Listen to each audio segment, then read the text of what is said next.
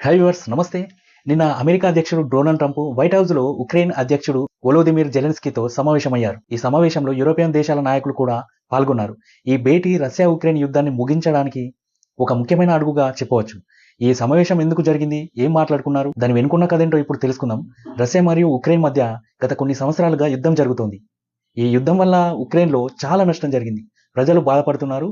ఈ మధ్యనే Trump Russia అధ్యక్షుడు వ్లాదిమిర్ పుతిన్‌తో అలాస్కాలో సమావేశమయ్యారు. ఈ సమావేశం తర్వాత ఉక్రెయిన్ మరియు యూరోపియన్ దేశాలకు ఒక భయం కలిగింది. ట్రంప్ రష్యా చెప్పిన షరతులకు ఒప్పుకుంటాడేమోనని. అందుకే ఈ భేటీని వైట్ హౌస్‌లో అత్యవసరంగా ఏర్పాటు చేశారు. జెలెన్స్కీతో పాటు France, Finland, Italy, Britain, Germany, European Union నాయకులు నాటో ప్రతినిధి సమావేశంలో పాల్గొన్నారు. గతంలో అంటే 6 నెలల క్రితం ట్రంప్ మరియు జెలెన్స్కీ మధ్య జరిగిన సమావేశంలో కొంత అసౌకర్యంగా, అవమానంగా జరిగినట్టు చెప్పబడింది. కానీ ఈసారి వాతావరణం చాలా స్నేహపూర్వకంగా ఉంది. జెలెన్స్కీ ఈ సమావేశాన్ని తనకు ట్రంప్తో జరిగిన మంచి సంభాషణ అని చెప్పుకున్నాడు. ట్రంప్ ఇంకా జెలెన్స్కీ ఉక్రెయిన్ సరిహద్దుల మ్యాప్ను చూసి శాంతి ఒప్పందం ఎలా ఉండొచ్చని చర్చించారు. ఈ చర్చల్లో యూరోపియన్ నాయకులు కూడా పాల్గొన్నారు. అయితే రష్యా అధ్యక్షుడు, ఉక్రెయిన్ అధ్యక్షుడు ట్రంప్ వీరి ముగ్గురి సమావేశం త్వరలో జరగాలని అందరూ అంగీకరించారు. ట్రంప్ ఉక్రెయిన్కు భద్రతా హామీలు ఇవ్వడంలో అమెరికా పాల్పంచుకుందని హామీ ఇచ్చాడు. అంటే యుద్ధం ముగిసిన తర్వాత ఉక్రెయిన్పై మళ్లీ దాడులు జరగకుండా చూసే ఒప్పందంలో అమెరికా భాగస్వామ్యం అవుతుందని అర్థం. అయితే ఈసారి మాత్రం జెలెన్స్కీకి వైట్ హౌస్‌లో పూర్తి లాంఛనప్రాయ గౌరవం అయితే లభించింది. గతంలో ఆయన సూట్ వేసుకుని రాలేదని అందుకు ట్రంప్ విమర్శించారు. మిగతా వాళ్ళు కూడా విమర్శించారు. కానీ ఈసారి జెలెన్స్కీ సూట్లో వచ్చారు. ట్రంప్ ఆయన్ని అద్భుతంగా ఉన్నారు అని పొగిడాడు కూడా. గతంలో విమర్శించినందుకు క్షమాపణ కూడా చెప్పాడు ట్రంప్. అయితే జెలెన్స్కీ తన భార్య రాసిన లేఖను మెలానియా ట్రంప్కు ఇచ్చాడు. మెలానియా కూడా రష్యా చేతిలో కిడ్నాప్ అయిన ఉక్రెయిన్ పిల్లల గురించి పుతిన్కు ఒక లేఖ రాశారు. అయితే జెలెన్స్కీ మెలానియాకు, ట్రంప్కు పదే పదే ధన్యవాదాలు చెప్పారు. జెలెన్స్కీ ఉక్రెయిన్లో కాల్పుల విరమణ కోరుకుంటున్నారు. కానీ ట్రంప్ మాత్రం కాల్పుల విరమణ అవసరం లేదని, ఎందుకంటే కాల్పులు ఆపితే రష్యా తిరిగి సైన్యాన్ని బలోపేతం చేసుకోవచ్చని అన్నారు. బదులుగా శాంతి ఒప్పందం ద్వారా యుద్ధాన్ని పూర్తిగా ముగించాలని ట్రంప్ అనుకుంటున్నాడు. రష్యా ఉక్రెయిన్లోని కొన్ని ప్రాంతాలు, ముఖ్యంగా డొనెట్స్క్, లుహాన్స్క్లలోని డాన్ బాస్ ప్రాంతం తనకు ఇవ్వాలని కోరుతోంది. కానీ ఉక్రెయిన్ ఈ ప్రాంతాలను వదులుకోవడం వల్ల భవిష్యత్తులో మళ్లీ దాడులకు గురయ్యే ప్రమాదం ఉందని భావిస్తుంది. ఈ విషయంలో జెలెన్స్కీ గట్టిగా ఉన్నారు.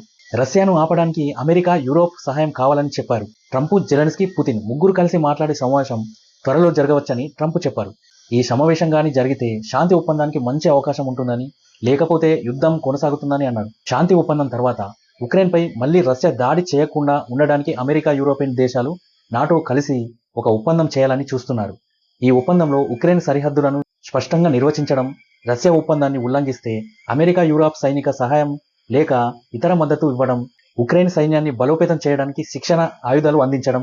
అయితే ఈ హామీలు ఎలా పనిచేస్తాయి, ఏ భూభాగాలను కవర్ చేస్తాయి అనేది ఇంకా స్పష్టంగా అయితే తెలియలేదు. అయితే ఈ విషయాలన్నీ ఈ ముగ్గురు అధ్యక్షులు కలిసినప్పుడు చర్చించే అవకాశం ఉంది. ఈ సమావేశం ఎందుకు ముఖ్యమంటే, ఇంతమంది యూరోపియన్ నాయకులు వైట్ హౌస్‌లో ఒకేసారి సమావేశం కావడం ఇదే మొదటిసారి. ఇది ఉక్రెయిన్ యుద్ధాన్ని ముగించడానికి ఒక పెద్ద అడుగు. ఈ యుద్ధం కేవలం ఉక్రెయిన్కు మాత్రమే కాదు, యూరోప్, బ్రిటన్ భద్రతకు కూడా సంబంధించింది. అందుకే యూరోపియన్ నాయకులు ఈ సమావేశంలో చురుగ్గా పాల్గొన్నారు. ట్రంప్ ఈ యుద్ధాన్ని మాటల ద్వారా ముగించాలని చూస్తున్నారు. ఆయన ఇప్పటికే పుతిన్తో మాట్లాడుతున్నారు. త్వరలో మరో కాల్ ఉంటుందని చెప్పారు. అయితే ట్రంప్, జెలెన్స్కీ, పుతిన్ కలిసి సమావేశం జరిపితే శాంతి ఒప్పందం గురించి స్పష్టమైన నిర్ణయం వచ్చే అవకాశం ఉంది. ఉక్రెయిన్ డాన్బాస్ వంటి ప్రాంతాలను వదులుకోవాల్సి వస్తే దాని భవిష్యత్తు భద్రతపై ప్రభావం పడుతుంది. ఈ విషయంలో జెలెన్స్కీ గట్టిగా ఉన్నారు. యూరోపియన్ దేశాలు, నాటో కలిసి ఉక్రెయిన్కు చాలా బలంగా మద్దతు ఇవ్వాలని చూస్తున్నాయి. ఈ యుద్ధం వల్ల ఉక్రెయిన్లో లక్షలాది మంది జీవితాలు దెబ్బతిన్నాయి. పిల్లలు కిడ్నాప్ అయ్యారు, నగరాలు ధ్వంసమయ్యాయి. ఈ సమావేశం అనేది యుద్ధాన్ని ఆపి శాంతిని తీసుకురాగలిగితే ఉక్రెయిన్ ప్రజలకు ఊరట కలుగుతుంది. అలాగే యూరోప్లోని ఇతర దేశాలు కూడా ఈ యుద్ధం వల్ల ప్రభావితమయ్యాయి. కాబట్టి శాంతి ఒప్పందం వారికి కూడా ముఖ్యం. ఈ సమావేశం అనేది చారిత్రాత్మక ఘట్టం. ట్రంప్, జెలెన్స్కీ, యూరోపియన్ నాయకులు కలిసి శాంతి కోసం కృషి చేస్తున్నారు. త్వరలో పుతిన్తో సమావేశం జరిగితే ఈ యుద్ధానికి ఒక ముగింపు వచ్చే అవకాశం ఉంది. ఫ్రెండ్స్, ఈ వీడియోకి ఒక లైక్ చేయండి. ఇలాంటి మరెన్నో ఇంట్రెస్టింగ్ వీడియోల కోసం సబ్స్క్రైబ్ చేసుకోండి. మరో ఇంట్రెస్టింగ్ వీడియోతో మళ్ళీ కలుద్దాం.